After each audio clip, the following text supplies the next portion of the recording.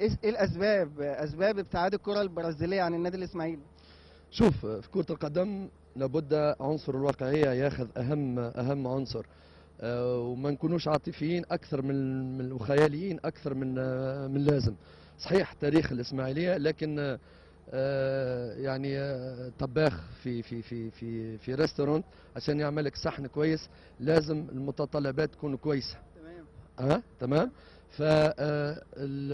نتمنى، انا ما فيش مدرب ما يتمناش يعني يلعب اللاعب هذا، لكن ان شاء الله في المستقبل لما يكون عندنا لعيبه اللي تقرب المستوى لعيبه الاسماعيلي في افضل سنواته.